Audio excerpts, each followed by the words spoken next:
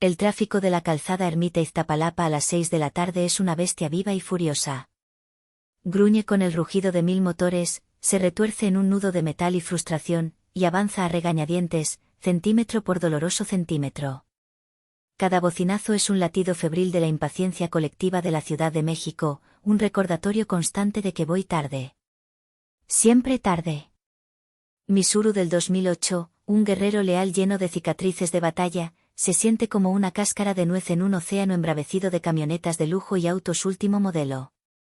Parecen brotar del asfalto a medida que el paisaje urbano se transforma, dejando atrás los colores vibrantes y el caos honesto de mi barrio. El viaje de Iztapalapa a Polanco no es solo una distancia geográfica, es un salto entre universos.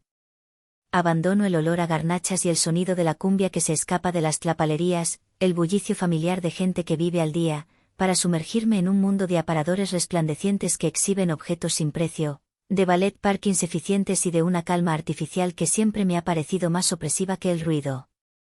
Finalmente, llego al Sabor de Amparo, el restaurante insignia, la joya de la corona que mi abuela Amparo pulió a partir de una modesta fonda.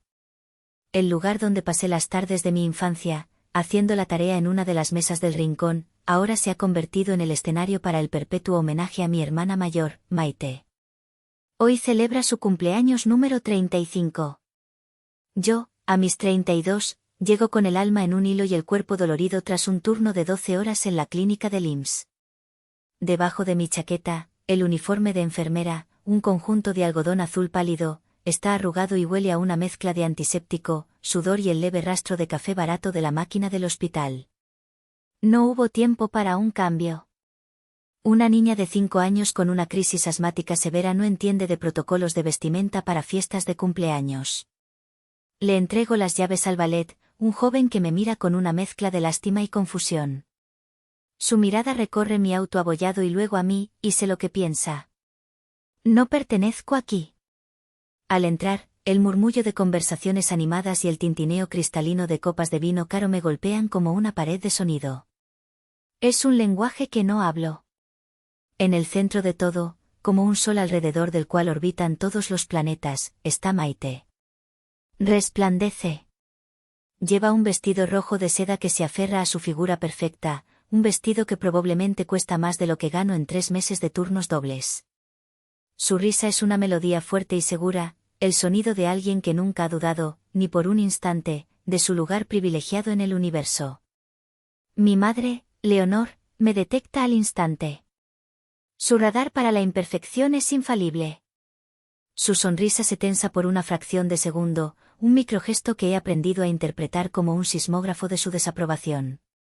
Me escanea de arriba abajo, sus ojos deteniéndose con desdén en mis zapatos de enfermera, prácticos y sin gracia, y en mi cabello, recogido en una cola de caballo funcional pero poco elegante. Yareli, por fin llegaste, dice, su voz un poco más alta de lo necesario, una invitación para que los demás noten mi tardanza y mi atuendo. Me da un beso en la mejilla que es puro aire y perfume francés. Mi tía Oriana, la hermana de mi madre y su principal secuaz, se materializa a su lado. ¡Ay, Yareli, mija! Siempre corriendo del hospital, qué barbaridad, dice, su sonrisa llena de dientes afilados.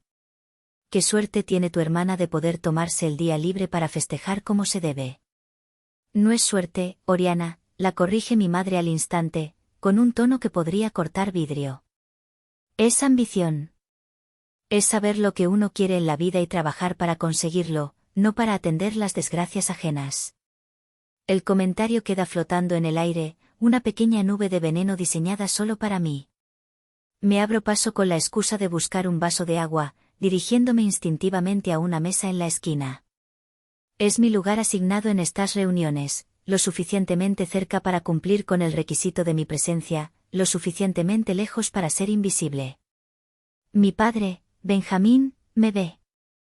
Me ofrece una pequeña sonrisa triste, culpable, antes de desviar la mirada hacia un cuadro en la pared. Él es un hombre que hace mucho tiempo cambió su voz por la paz doméstica. Una paz que yo siempre pagaba.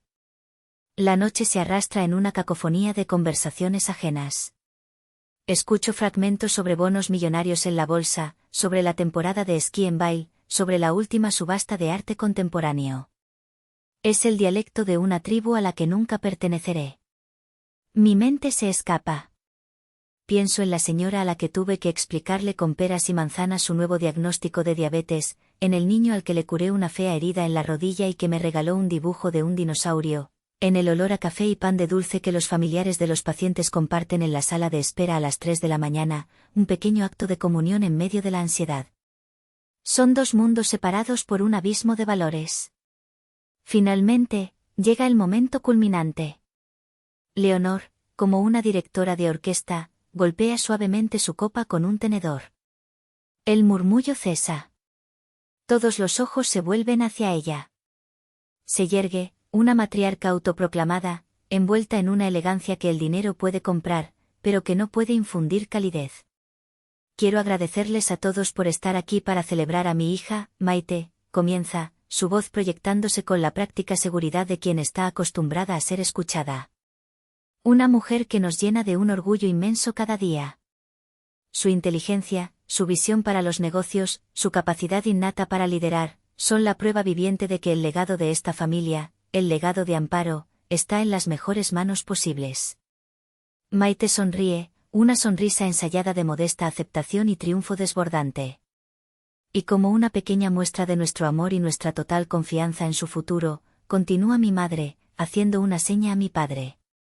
Él, como un autómata, le entrega una pequeña caja de terciopelo negro. Maite, cariño, las llaves de tu nueva camioneta. Se escuchan aplausos entusiastas y exclamaciones de admiración. Es una Audi Q8 último modelo. Lo sé porque Maite no había hablado de otra cosa en el último chat familiar. Leonor espera a que los aplausos disminuyan, su rostro radiante de un orgullo casi feroz. Entonces, sus ojos me encuentran en mi rincón oscuro. Su sonrisa no desaparece, pero se transforma en algo más afilado, más cruel. Por supuesto, dice, y su voz baja un tono, volviéndose falsamente confidencial, pero lo suficientemente alta para que todos la oigan.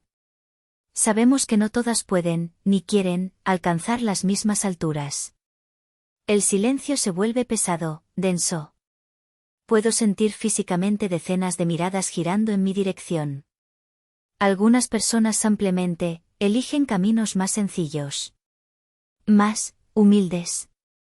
El aire se vuelve irrespirable. La palabra humilde en su boca es un insulto, un sinónimo de fracaso.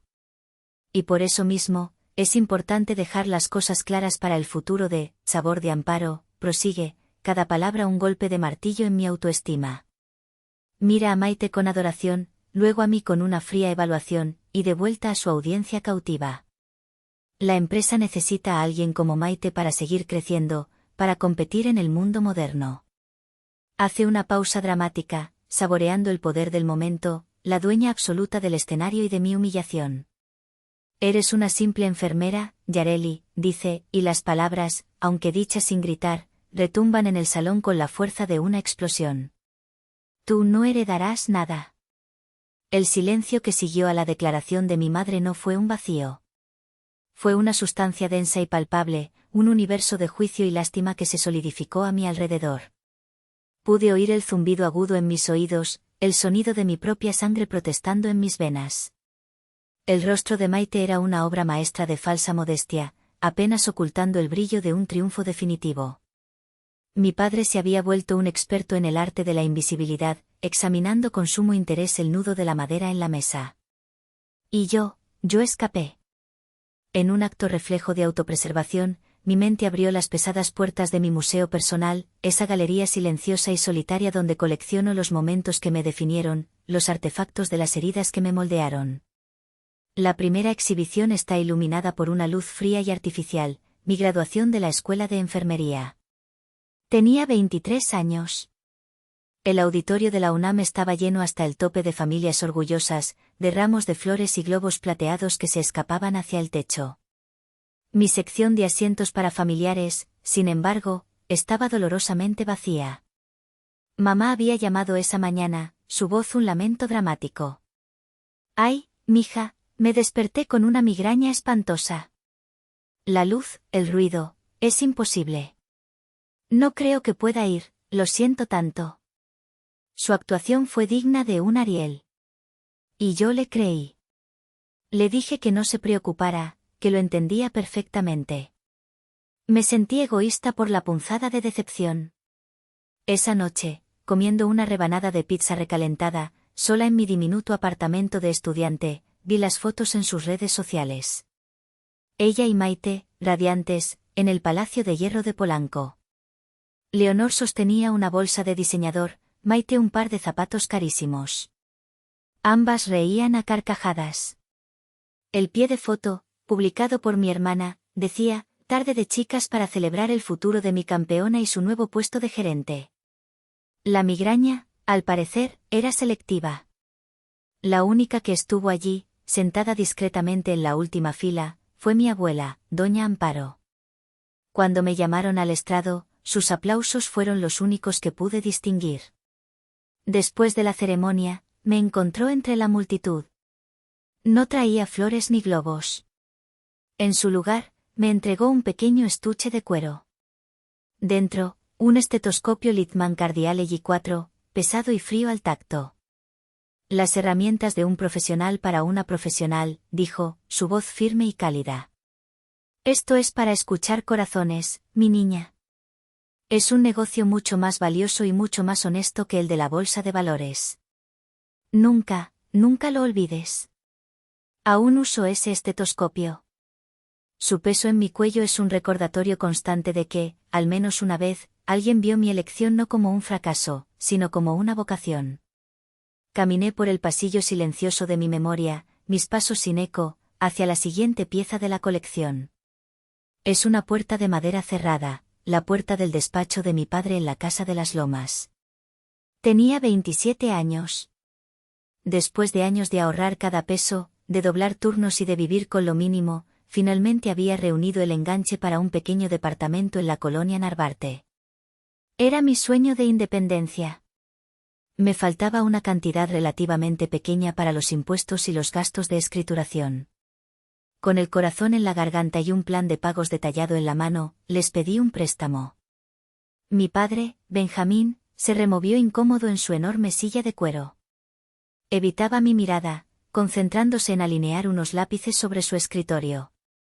Mija, es que ahora mismo estamos muy cortos de efectivo, dijo, su voz un murmullo. La expansión del restaurante de Guadalajara nos dejó secos. Leonor, sentada en un sofá cercano, fue más directa, como siempre. Yareli, el mercado inmobiliario es muy volátil. Quizás deberías buscar algo más acorde a tus posibilidades. O simplemente esperar. No hay ninguna prisa, ¿verdad? Para ella, mi urgencia por tener un espacio propio era una necedad. Un mes después, durante la cena dominical, Maite anunció con aire casual que se iba a Europa por 3 semanas. Un viaje de investigación de tendencias culinarias, lo llamó con una seriedad fingida. Mis padres se deshicieron en elogios sobre su iniciativa y su visión de futuro. Eso es pensar en grande, exclamó Leonor. Financiaron el viaje completo, primera clase y hoteles de 5 estrellas. Las fotos que Maite publicaba a diario eran un desfile de clichés, catas de vino en la Toscana, compras en los Campos Elíseos, cenas en restaurantes con estrellas Michelin en San Sebastián. No había ni rastro de investigación. Era una recompensa. Una recompensa por ser la hija que cumplía con el guión. Mi falta de un techo propio era, simplemente, el daño colateral de no ser ella. La última sala del museo es la más sagrada, y también la más dolorosa. Las paredes son blancas y estériles. El aire huele a flores que intentan enmascarar el olor a enfermedad. Es la habitación de un hospital privado. Doña Amparo estaba en su última semana. La morfina la mantenía en un duermevela la mayor parte del tiempo, pero había breves ventanas de lucidez, como claros en un cielo tormentoso. En una de esas ventanas, yo estaba sola con ella, ajustando la vía de su suero. Abrió los ojos y me buscó, su mirada un poco perdida al principio, luego enfocada y feroz. Su mano, frágil y cubierta de manchas por la edad, encontró la mía sobre la barandilla de la cama. Su agarre era sorprendentemente fuerte. Yali, susurró, su voz un hilo de sonido. Escúchame, escúchame con atención. Me incliné, acercando mi oído a sus labios, el olor a medicina y a vejez llenando mis sentidos. Tu madre, ella es mi hija, y la quiero, pero mide el valor de las personas en pesos. En propiedades. En lo que los demás puedan ver y aplaudir, dijo, cada palabra un esfuerzo visible. Yo lo mido en almas tocadas, en manos sostenidas, en fiebres que bajan con el alba. Tú y yo, mi niña, medimos de la misma manera. Las lágrimas empezaron a rodar por mis mejillas. Ella las sintió y las secó torpemente con el dorso de su pulgar. No dejes que te convenzan. No dejes que sus números te hagan sentir pequeña. Tu valor no es menor solo porque no se puede cotizar en la bolsa, continuó, su voz ganando una fuerza inesperada. Nunca. ¿Me escuchas, Yareli? Asentí, un nudo en mi garganta impidiéndome hablar. He vivido lo suficiente para saber que el dinero puede construir restaurantes, pero no puede construir legados. Los legados se construyen con carácter, con integridad. Hizo una pausa, tomando una respiración sibilante. Y yo ya me aseguré de que el verdadero valor, el tuyo, sea protegido. Lo he dejado todo arreglado. Lo prometo. Fueron las últimas palabras coherentes que me dirigió. Murió 2 días después, mientras yo le sostenía la mano. En ese momento, en medio del dolor, no entendí del todo la profundidad de su promesa. Pensé que eran las palabras de consuelo de una abuela amorosa a su nieta invisible. No sabía que eran las instrucciones finales de una generala a su soldado más leal. No sabía que me estaba entregando el mapa de una batalla que ella ya había ganado por mí. Un carraspeo me devolvió bruscamente al presente. Al restaurante ruidoso y hostil. A la humillación pública. Mi madre, Leonor, me miraba con una impaciencia mal disimulada. En su mano, sostenía un fajo de papeles y una pluma Montblanc, el arma y la munición para mi ejecución social. Bueno, Yareli, dijo, su voz falsamente dulce, como un veneno cubierto de azúcar. ¿Podemos, por favor, continuar con esto? El murmullo del restaurante pareció desvanecerse por completo, succionado por el agujero negro de tensión que se había formado en nuestra mesa. El mundo se contrajo, reduciéndose a 3 elementos, la mano extendida de mi madre, el fajo de papeles que sostenía, y la pluma, un objeto de lujo que parecía obscenamente fuera de lugar. No era una petición. Era un ultimátum disfrazado de trámite burocrático. Solo es una formalidad, mija, repitió Leonor, levantándose y caminando los pocos pasos que la separaban de mí. Su movimiento fue deliberado, casi teatral, diseñado para atraer la mirada de cualquier invitado que, por alguna razón, se hubiera perdido el prólogo del drama. Quería un público. Quería que mi capitulación fuera un espectáculo, una lección objetiva para todos los presentes sobre las consecuencias de desviarse del camino del éxito material. Para hacer la transición de la empresa a tu hermana más sencilla y limpia. Por favor, firma aquí, donde confirmas que no tienes, ni tendrás, ninguna reclamación futura sobre el patrimonio familiar. Puso los papeles sobre la mesa con un golpecito seco, justo al lado de mi copa de agua intacta. La primera página estaba encabezada en letras negritas, frías y corporativas, acuerdo de renuncia voluntaria e irrevocable de derechos hereditarios. Voluntaria. Irrevocable. Las palabras me parecieron una broma de mal gusto, un insulto a mi inteligencia y a mi espíritu. Mi padre, Benjamín, se materializó detrás de mi madre, una sombra protectora para la agresora. Su incomodidad era una nube palpable a su alrededor. Yareli, es lo mejor para todos, murmuró, su voz tan débil que apenas la oí. Maite tiene la experiencia, la visión para los negocios. Tú tienes tu vocación. Son cosas diferentes. ¿Lo entiendes, verdad? No, no lo entendía.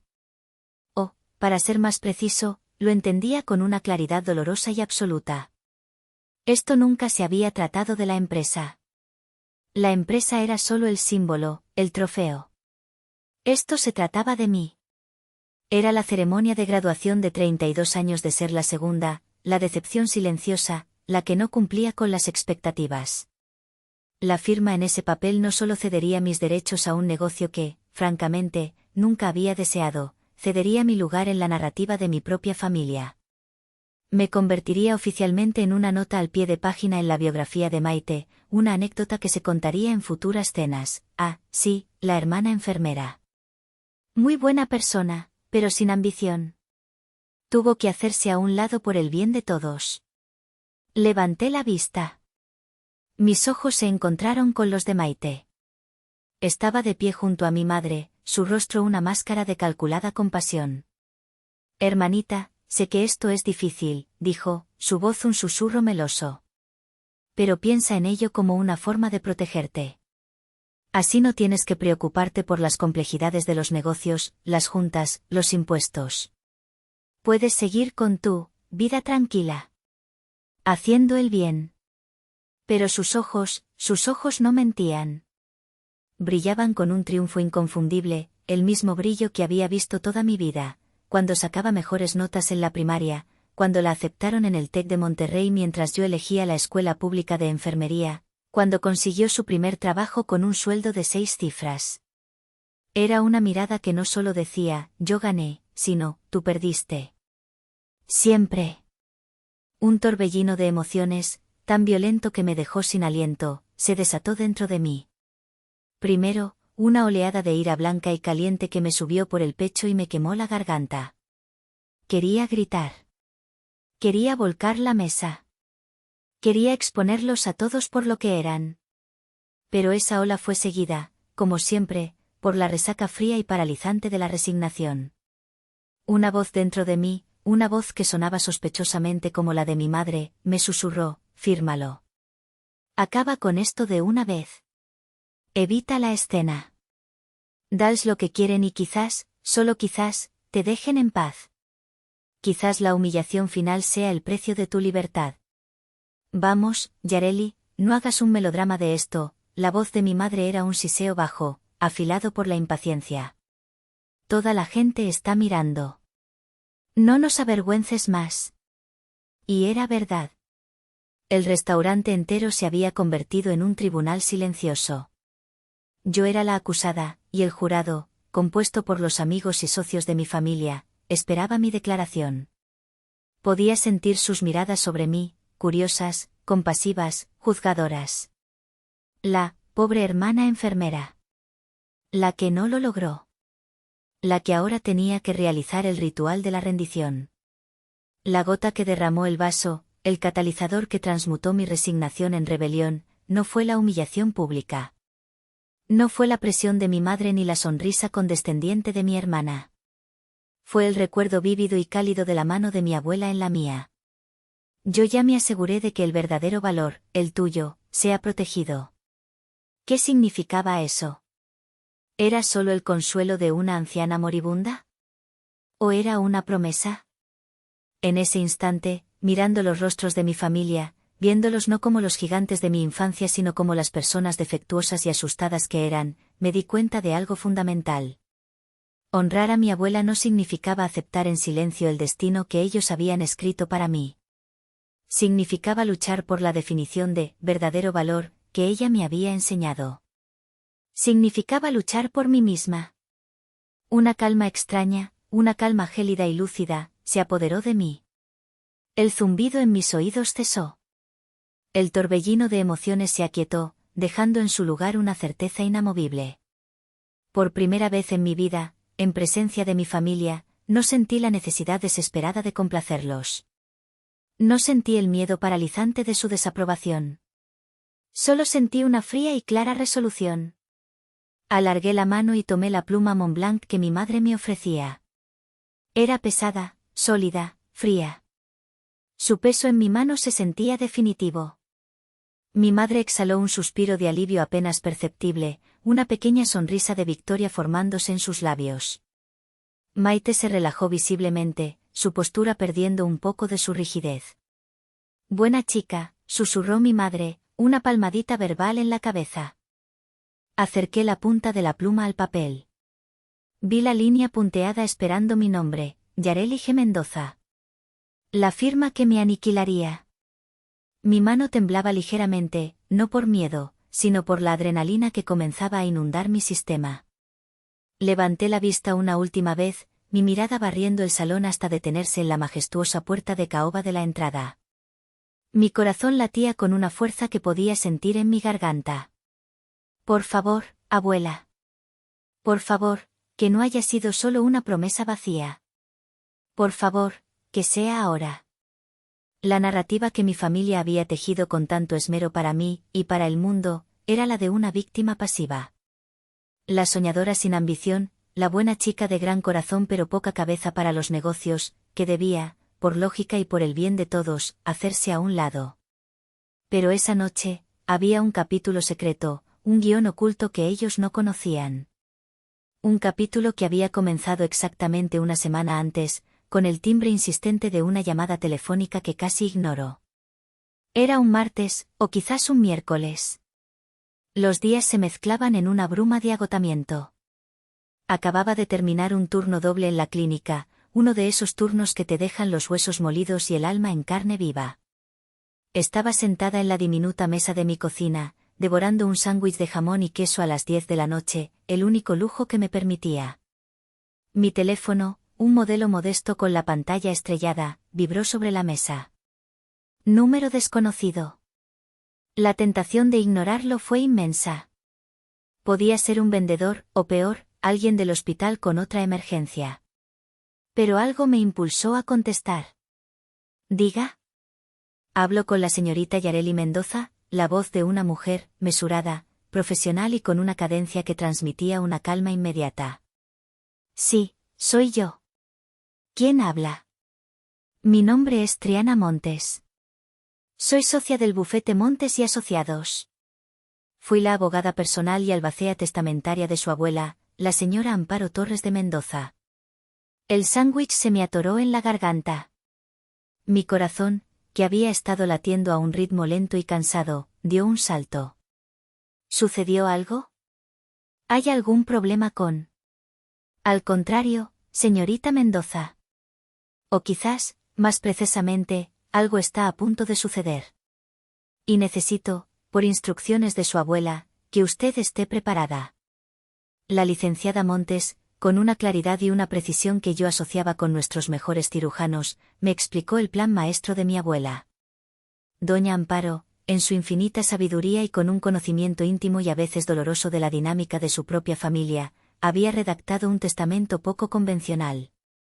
Era un documento que era en parte testamento, en parte trampa y en parte manifiesto de sus valores.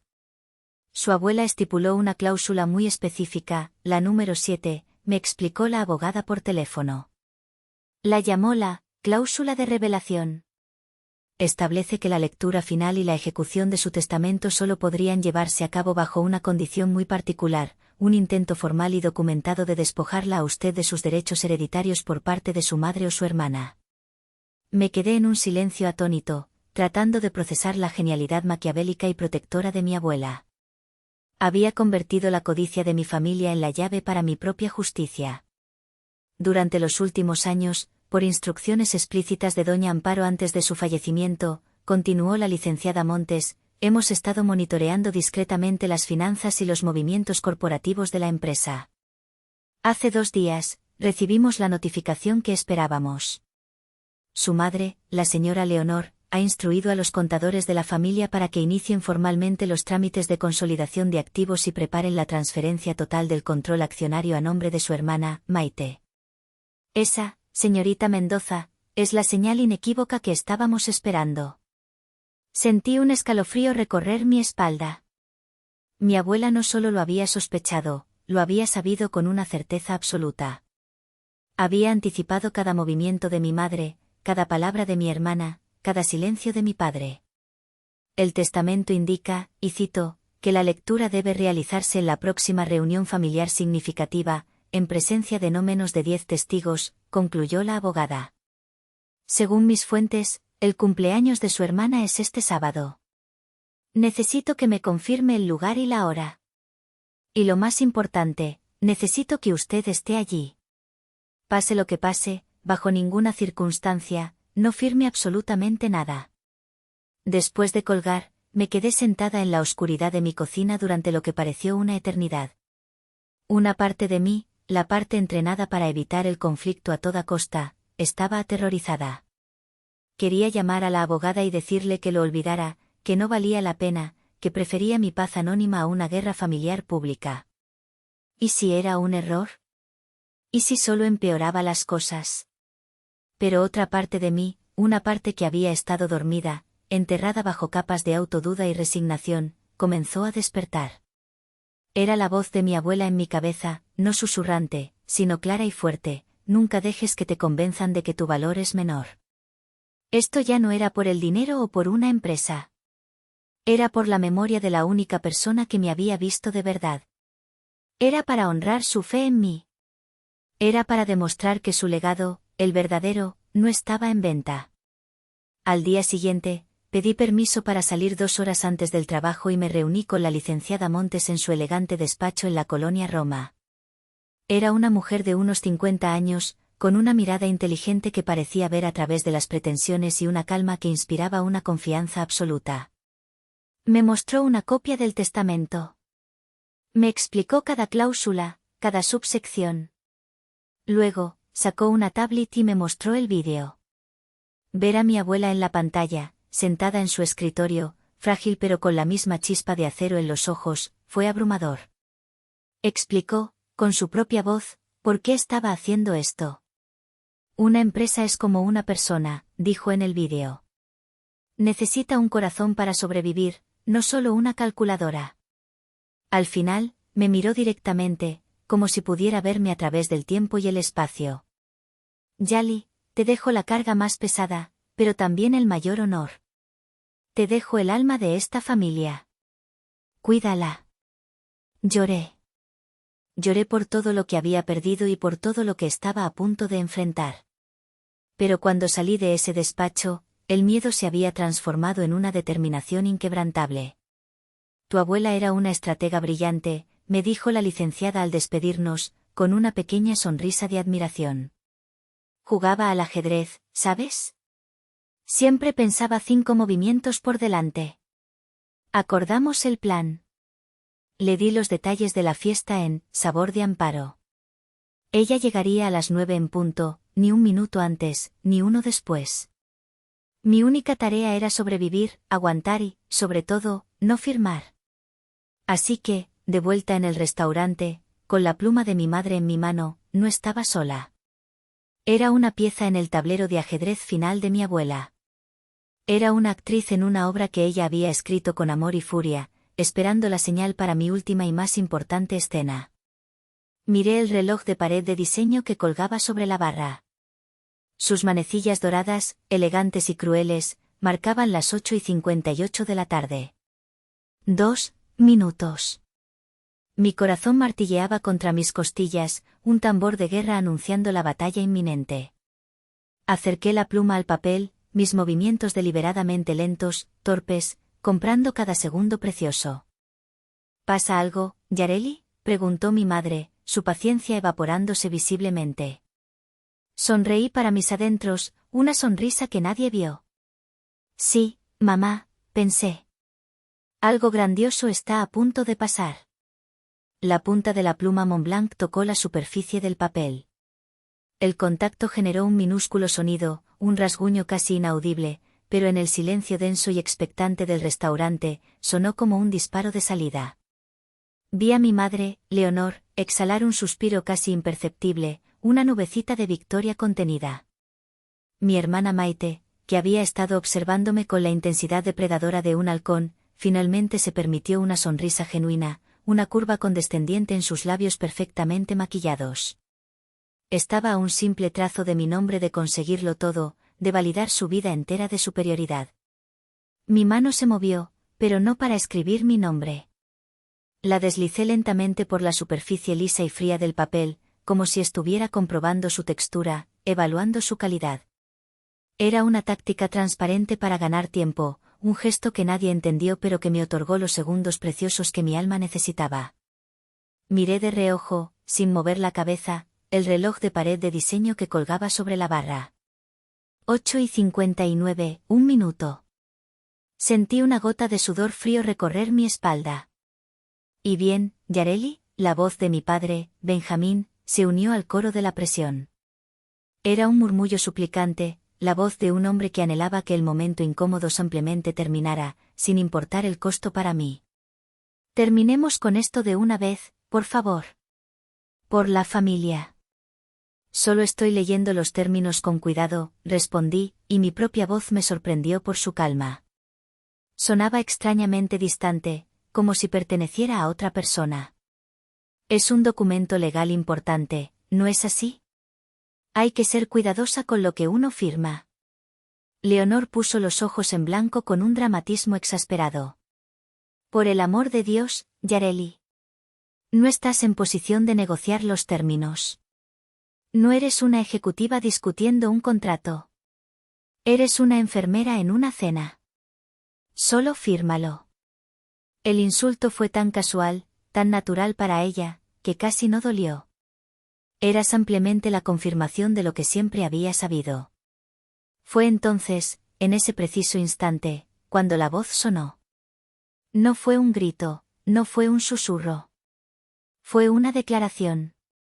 Clara, firme y con una autoridad que cortó el aire viciado del restaurante como un bisturí de cirujano. Yo le aconsejaría enfáticamente no firmar eso, señora Leonor. Todas las cabezas, como un campo de girasoles siguiendo a un nuevo sol, se giraron al unísono hacia la entrada.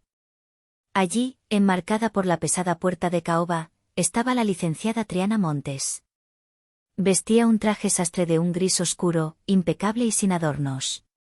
No era una mujer alta, pero su postura erguida, su mirada directa que no parpadeaba y la calma absoluta que emanaba le daban una presencia imponente. Sostenía un maletín de cuero negro en una mano, no como un accesorio, sino como un instrumento de poder. Cada uno de sus pasos sobre el suelo de mármol del restaurante resonaba con un propósito definido. No caminaba, avanzaba. Y avanzaba directamente hacia nuestra mesa. El rostro de mi madre pasó por una rápida y fascinante sucesión de emociones. Primero, confusión, luego, irritación ante la interrupción, y finalmente, un destello de reconocimiento que se transformó en una alarma visible. Disculpe, ¿y usted quién es?, preguntó Leonor, intentando mantener un tono de superioridad, aunque una nota de nerviosismo ya se había infiltrado en su voz. Esta es una celebración privada. La licenciada Montes se detuvo junto a nuestra mesa, su mirada fija exclusivamente en mi madre. Ignoró a Maite, a mi padre y a todos los demás. Mi nombre es Triana Montes, dijo, su voz nunca levantándose, pero con una cualidad penetrante que parecía llegar a cada rincón del salón. Y no estoy aquí como invitada. Estoy aquí como la ejecutora del patrimonio y la última voluntad de la fundadora de esta empresa, la señora doña Amparo Torres de Mendoza. Un jadeo colectivo recorrió la sala. El nombre de mi abuela, la legendaria doña Amparo, todavía era una contraseña que abría puertas y silenciaba habitaciones. La cara de mi madre perdió todo su color. El testamento, tartamudeó. Eso se leyó hace años, cuando ella murió. Todo está arreglado y en orden. Se leyó un testamento, sí, corrigió la licenciada con una precisión devastadora. Un testamento provisional. Pero no el testamento final y vinculante.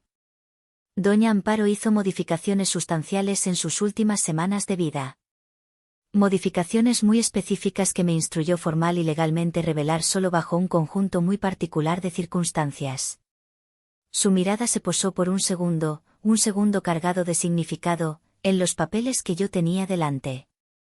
Creo, sin lugar a dudas, que esas circunstancias se acaban de cumplir esta noche. Maite, recuperando su compostura de ejecutiva agresiva, dio un paso adelante.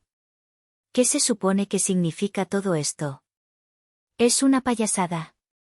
Mi abuela me adoraba. Ella querría que yo, con mi experiencia y mi preparación, estuviera al frente de su compañía. Doña Amparo quería lo mejor para su compañía, replicó la abogada, su tono glacial. Y tenía una idea muy clara y muy bien documentada de lo que eso significaba. Abrió su maletín de cuero con un chasquido seco y satisfactorio que resonó en el silencio. Y afortunadamente para todos los presentes, lo dejó todo meticulosamente por escrito. «Esto es ridículo». «Una emboscada», espetó Leonor, su voz temblando de rabia e impotencia. «Seguridad», llamó, mirando frenéticamente a su alrededor. «Saquen a esta mujer de aquí». «Yo no haría eso si fuera usted», dijo la licenciada Montes, sacando un documento grueso, atado con un listón y sellado con cera roja. «A menos que quiera añadir obstrucción a la ejecución legal de un testamento, a la lista de actividades de esta noche. Le aseguro, señora Leonor, que interferir con una albacea en el cumplimiento de su deber es un delito grave. Y este restaurante, convenientemente, está lleno de testigos muy influyentes». El gerente del restaurante, que había comenzado a acercarse con 2 guardias de seguridad, se detuvo en seco, visiblemente confundido y asustado. Los invitados miraban, absolutamente fascinados, muchos de ellos ya con sus teléfonos en la mano, grabando discretamente la escena. El drama era real, tangible, y mucho más entretenido que cualquier charla de negocios. La abogada se volvió hacia mí por primera vez desde que había llegado. Me dedicó una mirada casi imperceptible, una mezcla de aliento y confirmación. El plan de mi abuela, estaba en marcha. Con una sensación de liberación que casi me hizo llorar, dejé caer la pluma Montblanc sobre la mesa. El sonido metálico resonó en el silencio tenso. «Creo», dije, y mi voz sonó firme y clara, una voz que no reconocí del todo como mía, que me gustaría mucho escuchar lo que dice ese testamento. La licenciada Triana Montes colocó el documento sobre la mesa con la solemnidad de un juez presentando la prueba definitiva en un juicio. El papel era grueso, de un color crema que hablaba de importancia y permanencia. El sello de cera rojo, con las iniciales de mi abuela grabadas a la perfección, ATM, Amparo Torres de Mendoza, parecía un corazón sangrante sobre el documento, un último testimonio de su pasión y su voluntad. «Este es el testamento final y vinculante de doña Amparo Torres de Mendoza, firmado ante notario público y 3 testigos el 15 de marzo de 2016, un mes antes de su fallecimiento», anunció la abogada. Su voz, tranquila y mesurada, actuaba como un ancla en el mar de tensión que se había apoderado del restaurante. «Este documento anula y revoca todos los testamentos y codicilos anteriores». Leonor se aferró al brazo de mi padre como si estuviera a punto de desmayarse. «Benjamín, di algo, por el amor de Dios. Tu madre no haría esto. No a nosotros». Mi padre, por primera vez, la apartó con suavidad. Había una nueva expresión en su rostro, una de tristeza y comprensión tardía. «Quizás sí lo haría, Leonor», murmuró. «Quizás es exactamente lo que haría». «Permítame que se lo aclare a todos», intervino la licenciada Montes, evitando cualquier discusión familiar. Abrió el documento con cuidado, desatando el listón.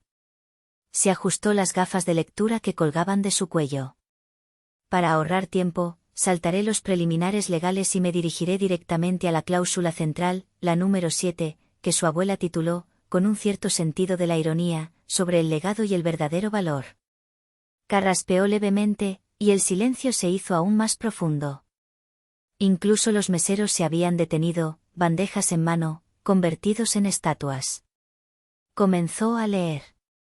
«Yo, Amparo Torres de Mendoza, en pleno uso de mis facultades mentales y físicas, y con la claridad que me otorgan los años, declaro que mi mayor legado no son mis restaurantes ni mis cuentas bancarias, sino los valores con los que los construí. Por lo tanto, el control total del patrimonio, sabor de Amparo, incluyendo todos los establecimientos, propiedades inmobiliarias, marcas registradas y todos los activos líquidos, será conferido a aquella de mis 2 nietas, Maite Mendoza o Yareli Mendoza, que demuestre de manera fehaciente, no con palabras sino con hechos consistentes a lo largo del tiempo, encarnar los principios sobre los que fundé mi vida y mi negocio, un compromiso genuino con la comunidad, una autenticidad inquebrantable y un cuidado activo por el bienestar de los demás». Maite soltó una risa nerviosa, un sonido agudo y desagradable. «Eso es absurdo. Es completamente subjetivo e inaplicable. ¿Cómo se mide la autenticidad o el cuidado? Es una locura». ¿Podemos invalidar esto? Me alegra que haga esa pregunta, señorita Maite, dijo la abogada sin levantar la vista del papel, como si hubiera anticipado la objeción. Porque su abuela, siendo la mujer meticulosa que era, fue extremadamente específica en los criterios de medición. Levantó la mano y, de su maletín, sacó 2 carpetas de cuero idénticas en apariencia, pero no en contenido. Una era delgada, casi plana. La otra era gruesa, abultada, visiblemente llena de documentos. Colocó ambas una al lado de la otra sobre la mesa, un contraste visual devastador. Doña Amparo pasó los últimos 3 años de su vida documentando lo que ella llamaba, el balance del alma, de sus nietas. Contrató a una firma de investigadores privados de la más alta reputación, no para espiar su vida privada, sino para verificar de manera independiente sus actos de servicio, sus contribuciones a la sociedad y su impacto en la vida de quienes las rodean. Puso una mano elegante sobre la carpeta delgada. Esta es la suya, señorita Maite. La abrió. Dentro, como Maite y todos los demás podían ver, había apenas un par de hojas. Su currículum es, sin duda, impresionante. Un MBA con honores de una universidad prestigiosa, ascensos meteóricos. Su abuela lo reconoce y lo aplaude como un logro de disciplina. La abogada hizo una pausa. Sin embargo, los informes adjuntos también detallan una tasa de rotación de personal del 40% en los departamentos bajo su cargo en los últimos 2 años, citando un ambiente de trabajo hostil y de presión excesiva. También hay un registro detallado de su única participación en un evento de caridad en los últimos 5 años, la organización de una cena benéfica para niños con cáncer. Usted recaudó la impresionante cantidad de 2 millones de pesos. Hubo un murmullo de admiración. Sin embargo, continuó la licenciada, el informe financiero de la propia Fundación de Caridad muestra que usted facturó a la Fundación 600.000 pesos, el 30% de lo recaudado, en concepto de honorarios de gestión y consultoría. El murmullo se convirtió en un silencio de shock. La cara de Maite era un poema de ira y humillación. Era una compensación por mi tiempo y mi experiencia profesional. Era perfectamente legal. Legal, quizás, concedió la licenciada, su tono neutro. Pero, según su abuela, inmensamente revelador. Adjuntó una nota escrita a mano aquí. Levantó un pequeño trozo de papel del archivo. Dice, mi nieta Maite sabe cómo ponerle precio a todo, pero me temo que ha olvidado cómo darle valor a las cosas. Sabe cómo venderlo todo, excepto la bondad. Y la bondad, lamentablemente, no se puede comprar. El golpe fue certero, un golpe de gracia verbal. La humillación era ahora de Maite, servida en el mismo plato frío y público que ella me había ofrecido a mí minutos antes. Luego, la licenciada Montes puso su mano sobre la carpeta gruesa, la mía. Y esta, señorita Yareli, es la suya. La abrió, y fue como si una vida secreta, una vida que yo misma no había valorado lo suficiente, se derramara sobre la mesa. No eran informes fríos de investigadores. Eran cartas. Decenas y decenas de cartas escritas a mano. Su abuela, a través de sus contactos, recopiló testimonios, explicó la abogada, su voz suavizándose por primera vez. Cartas de los pacientes de la clínica donde usted trabaja. Aquí hay una de la familia de un joven al que usted le diagnosticó una apendicitis que otros 2 médicos habían ignorado como un simple dolor de estómago, probablemente salvándole la vida. Aquí hay otra de un grupo de madres solteras de su comunidad, agradeciéndole por organizar una campaña de vacunación gratuita en su tiempo libre, consiguiendo las vacunas a través de una donación. Sacó más documentos. Eran reconocimientos oficiales del hospital por su iniciativa para humanizar los cuidados paliativos, un programa que ella misma diseñó y propuso. Había informes detallados, con recibos adjuntos, de cómo usó su propio y modesto dinero para comprar medicinas para pacientes que no podían pagarlas ese mes. Había fotos de mí, sonriendo y cansada, en ferias de salud comunitarias los domingos, mi único día libre. Yo miraba los papeles, atónita, las lágrimas corriendo por mi rostro sin control. No sabía que nadie, y mucho menos mi abuela, estuviera prestando atención a esas pequeñas cosas, a esos actos que yo hacía simplemente porque sentía que era lo correcto, lo único que se podía hacer. La licenciada sacó un último sobre de la carpeta, uno con el logotipo del Instituto Nacional de Cardiología. Y esto es lo que su abuela consideró la prueba definitiva e irrefutable. Lo abrió y sacó una carta oficial. Es una carta de agradecimiento del director del instituto por su nominación anónima de un paciente de bajos recursos para un trasplante de corazón experimental. Según el informe, usted no solo lo nominó, sino que organizó una colecta entre sus colegas enfermeras para pagar el transporte y el alojamiento de su familia durante la cirugía. El paciente, un padre de 3 hijos, sobrevivió y ahora lleva una vida normal. La abogada me miró por encima de sus gafas. Su abuela escribió una nota al margen de esta carta. Dice, algunos invierten en la bolsa de valores. Mi nieta Yareli invierte en latidos de corazón.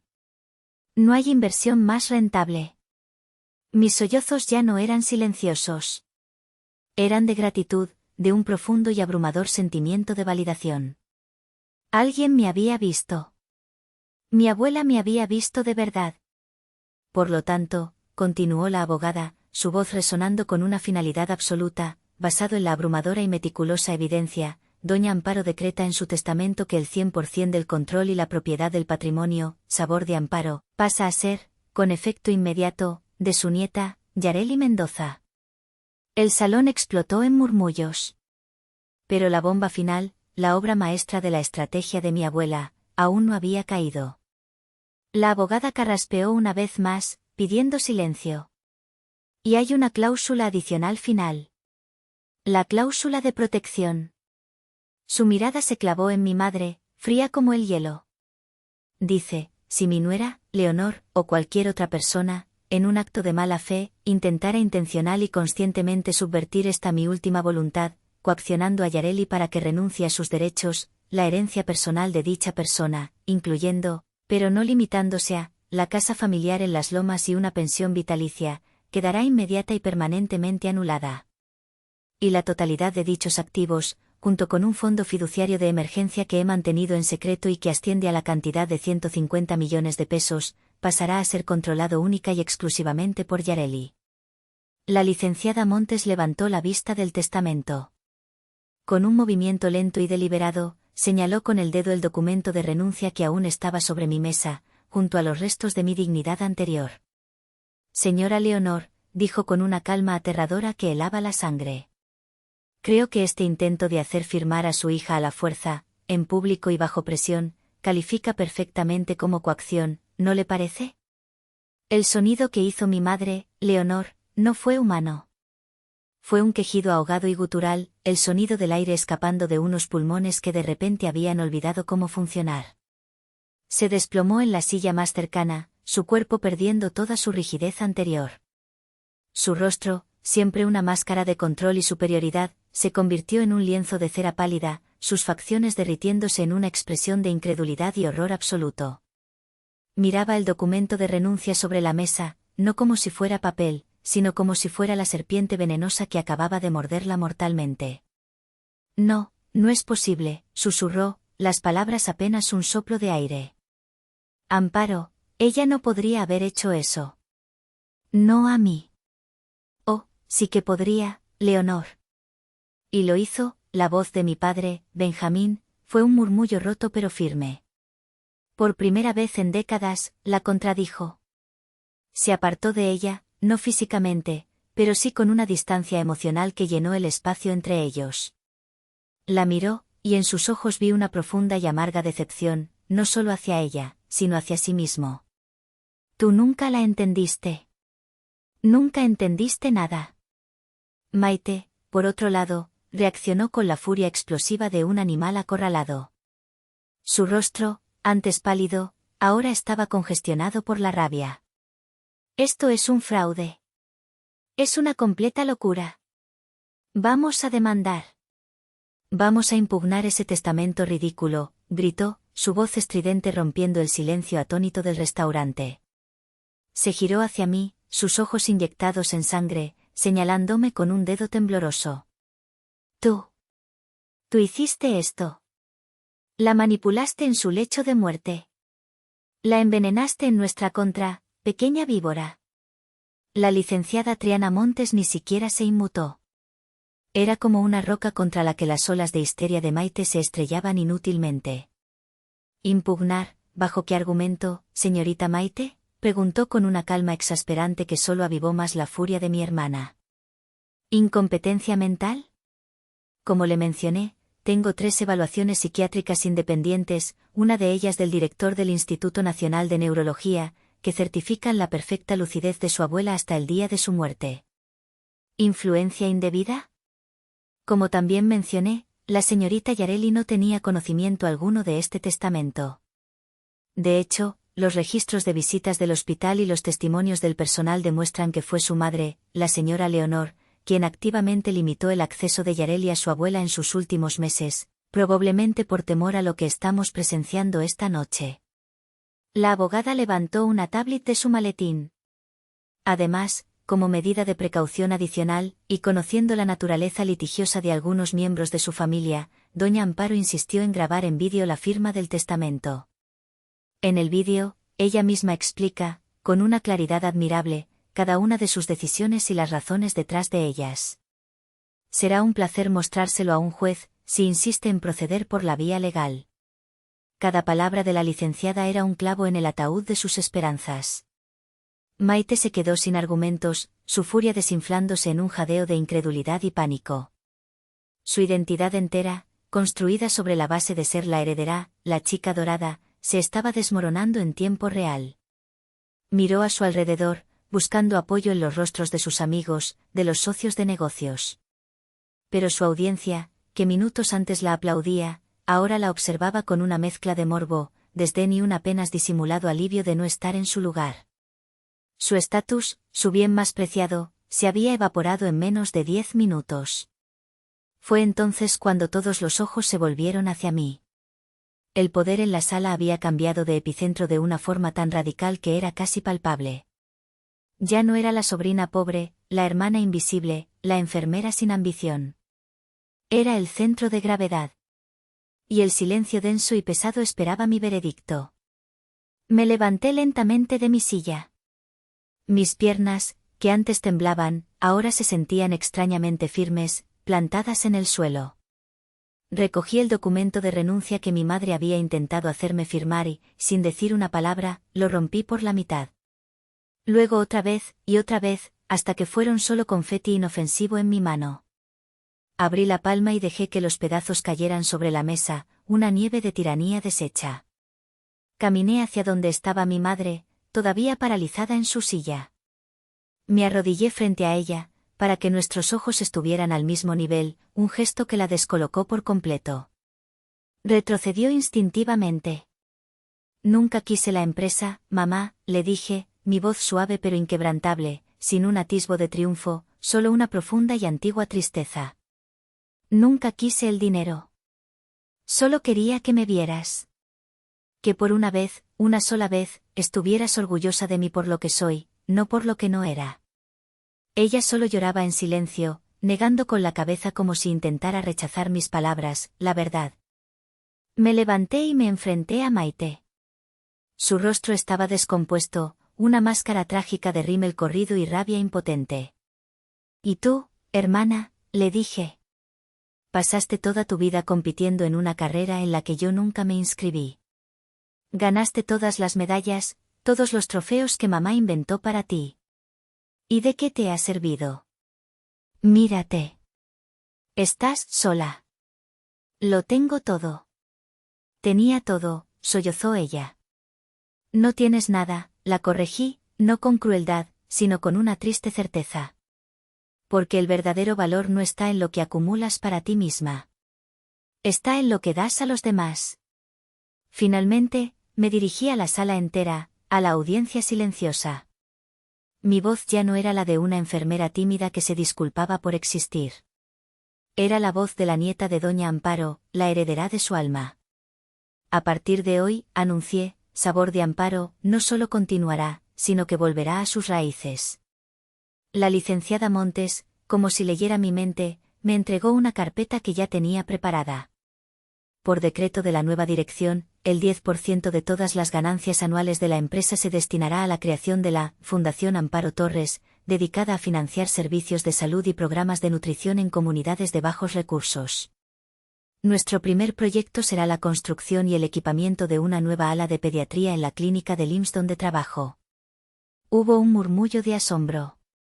La empresa continuará, pero con un nuevo propósito. Ya no se tratará solo de balances financieros, sino de servicio. Como siempre lo quiso mi abuela. Luego, dicté mis condiciones. Mi voz era la de un cirujano diagnosticando una enfermedad grave y prescribiendo el único tratamiento posible, por doloroso que fuera. Madre, dije, mirándola fijamente. Según el testamento, lo has perdido todo. Pero yo no soy tú. La Casa de las Lomas ahora es propiedad de la Fundación, y será utilizada para albergar a familias de pacientes foráneos.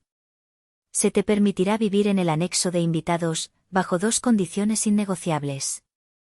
La primera, asistirán a terapia familiar conmigo y papá. Semanalmente. Durante 1 año. La segunda, deberás cumplir con 10 horas de voluntariado a la semana en el comedor de la nueva clínica que vamos a construir. Su boca se abrió y se cerró sin emitir sonido. La idea de ella, Leonor, sirviendo comida en una clínica pública era un castigo más allá de su comprensión. Maite, continué, girándome hacia mi hermana. Tu herencia también está perdida. Pero te ofrezco una oportunidad, no un regalo. La fundación necesitará una administradora implacable. Alguien que se asegure de que cada peso se use de manera eficiente y transparente. El trabajo es tuyo si lo quieres. El sueldo es de 30.000 pesos al mes. Y estarás bajo un periodo de prueba de 1 año, supervisada directamente por el Consejo de la Fundación, que presidirá la licenciada Montes. Era un salvavidas, sí, pero uno muy pequeño y áspero comparado con el yate de lujo al que estaba acostumbrada. Me di la vuelta, lista para irme. Había dicho todo lo que necesitaba decir. Yareli, espera, la voz de mi padre me detuvo. Se había acercado a mí, sus ojos, por primera vez en años, completamente claros y llenos de lágrimas. Perdóname. Fui un cobarde. Todos estos años, fui un cobarde. Dejé que pasara. Dejé que mi miedo a tu madre, a su enojo, fuera más grande que mi amor y mi deber de protegerte. Y viviré con esa vergüenza por el resto de mi vida. Fue la cosa más honesta y valiente que le había escuchado decir. Asentí lentamente, reconociendo su dolor, su verdad. Lo sé, papá. La terapia es también para ti. Salí del restaurante sin mirar atrás. El aire fresco y contaminado de la noche en la Ciudad de México nunca se había sentido tan limpio, tan puro. No sentía euforia ni un ápice de triunfo. Sentía el peso abrumador de un legado, la claridad de un propósito. Mi teléfono comenzó a vibrar en mi bolso, una y otra vez. Eran ellos. Rogando, llorando, acusando. Por primera vez en mi vida, no sentí la más mínima urgencia de contestar. Tenía un legado que honrar. Tenía vidas que tocar. Pero mientras caminaba por las calles silenciosas y elegantes de Polanco, una pregunta final, la más difícil de todas, se instaló en mi mente, una pregunta para la que aún no tenía, ni de lejos, una respuesta. Ahora que tenía el poder, ahora que las tornas habían girado por completo, ¿cómo se ve realmente el perdón? ¿Es siquiera posible? ¿Debería perdonarlos?